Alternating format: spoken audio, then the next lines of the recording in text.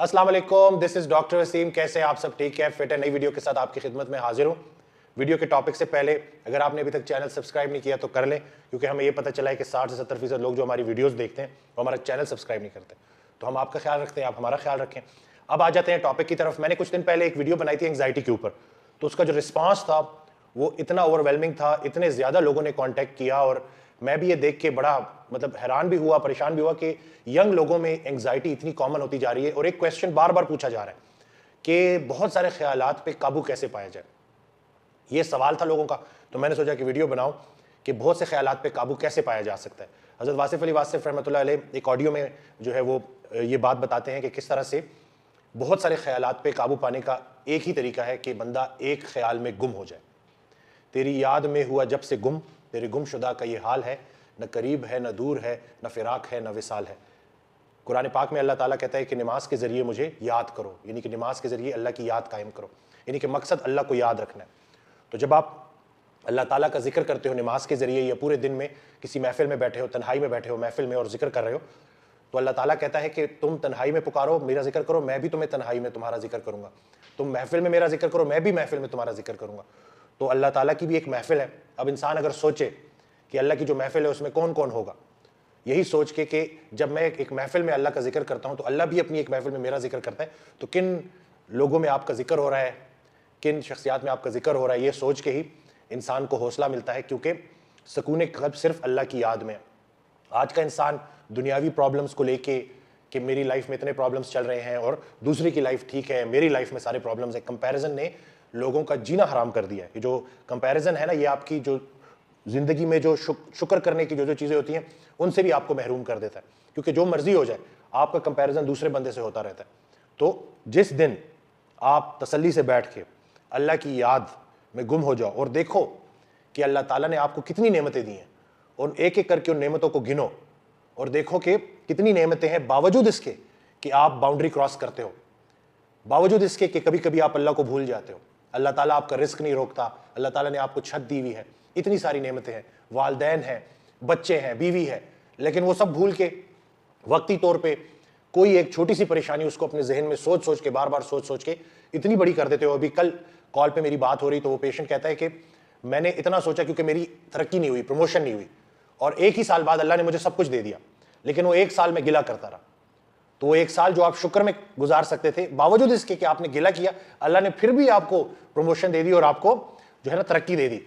तो इंसान जो है ना वो इसीलिए उसके लिए जो जुमला यूज़ हुआ है, जो वर्ड यूज़ हुआ है वो है कि नादान है। क्यों? क्योंकि खुशी जब आती है तो फूला नहीं समाता, गम जब आता है, तकलीफ जब आती है तो गिला करना शुरू कर देता है। तो गम को भी उसी तरह से वेलकम करो जैसे खुशी को करते हो, क्योंकि चिट्ठी एक ही तरफ से आ रही है।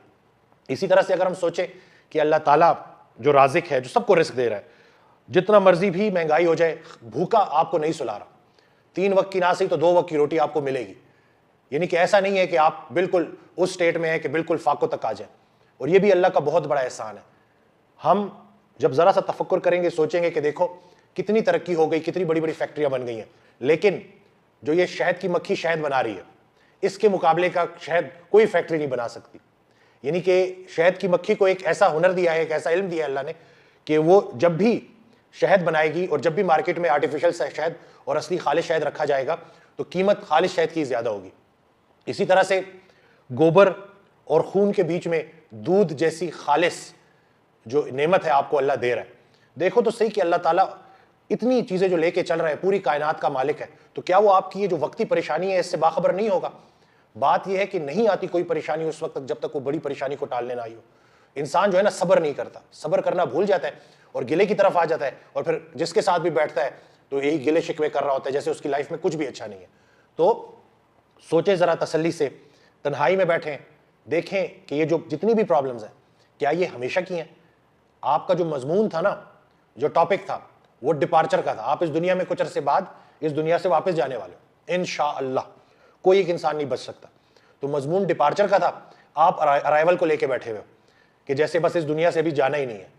तो अगर इस दुनिया से बचना मुश्किल है, यानी कि आपने यहाँ से जाना ही जाना है, तो जाने से पहले कुछ चीज़ें तो साथ लेके जानी है ना, सामान। तो वो क्या है? क्या वो ढेर सारी दौलत है जो आप साथ लेके जाएंगे? क्या वो बड़ी बड़ी गाड़ियाँ जो आप साथ लेके जाएंगे? सुकून, खुशियाँ, आसानियाँ ये ढूंढने से नहीं मिलती, देने से मिलती हैं। آپ کو اگر کوئی سکون دینے والا نہیں ملا تو آپ کسی کو سکون دینے والا بن جائیں. یہ اتنا مشکل نہیں ہے جتنا لوگوں نے مشکل بنا لیا ہے. بٹ انفارچونیٹلی بے جان چیزوں سے محبت، میں پہلے بھی بولتا رہتا ہوں کہ ہم بے جان چیزوں سے محبت کرتے ہیں، اور بے جان چیزوں سے محبت کرنے کی وجہ سے ہم بے حس ہو گئے، اور بے حسی سے خطرناک اور کوئی بیماری نہیں. تو اللہ تعالیٰ ہماری دل کی دنیا کو آباد کرے، ہمارے دلوں کو نرم کرے. حضرت واصف علی واصف رحمۃ اللہ علیہ ایک آڈیو میں کہتے ہیں کہ پہاڑ جیسی سخت پتھروں سے بھی اللہ نے پانی جاری کر دیا، لیکن تیرا دل اتنا سخت ہو گیا ہے کہ وہاں سے جو ہے رکت طاری نہیں ہوتی ہے، تیرا دل نرم نہیں ہوتا، اور تو نے اپنے دل کو پتھر کی طرح ہارڈ کر دیا ہے، اور اس میں سے کسی کی بھلائی، کسی کے لیے کوئی اچھی چیز نہیں نکلتی. تو سوچیں کہ ہم جو یہ کچھ عرصے کے لیے ادھر ہیں تو ہماری دل کی دنیا آباد ہونی چاہیے، دل کی دنیا نرم ہونی چاہیے، اور باقی تو ایک ایک کر کے سب نے واپس اللہ کے پاس جانا ہے. اور آخر میں اگر مرنا ہی ہے تو بندہ اوکھا ہو کے کیوں مرے. دو لوگ جو کہ اللہ کے پاس زندگی گزار کے واپس جائیں گے، اور ایک شخص جس نے بڑا شور مچایا ہے، بڑے گلے شکوے کیے ہیں، اور ایک بندہ جو تسلیم و رضا کے ساتھ اللہ کے پاس پہنچا ہے، تو کیا دونوں کا استقبال ایک طرح سے کیا جائے گا؟ سوچیں ان باتوں کے اوپر، کیونکہ چھوٹی سی لائف ہے اور ایک ایک کر کے سب نے پار لگنا ہے. اور ویسے بھی رسول اللہ صلی اللہ علیہ وسلم کی حدیث ہے کہ جو یہ دنیا ہے نا، یہ مومن کے لیے، مسلمان کے لیے قید خانہ ہے. تو اس کا جو قید خانے کی سب سے بڑی نشانی کیا ہوتی ہے کہ جیسے ہی قید خانے کا دروازہ کھلتا ہے تو بندہ خوشی خوشی باہر نکلتا ہے. تو اس زندگی میں کچھ ایسا کر جاؤ کہ وہاں جا کے انشاءاللہ سرخرو ہو. تو اللہ تعالیٰ آپ کو، ہم سب کو استقامت دے اور صحیح معنوں میں دین کی سمجھ دے، اور ہمیں توفیق دے کہ ہم لوگوں کی زندگیوں میں آسانیاں لا سکیں، جس کے بدلے میں ہماری زندگیوں میں بھی آسانیاں ہیں. چینل کو سبسکرائب کرنا نہ بھولیے گا، دعاؤں میں یاد رکھیے گا. اللہ حافظ.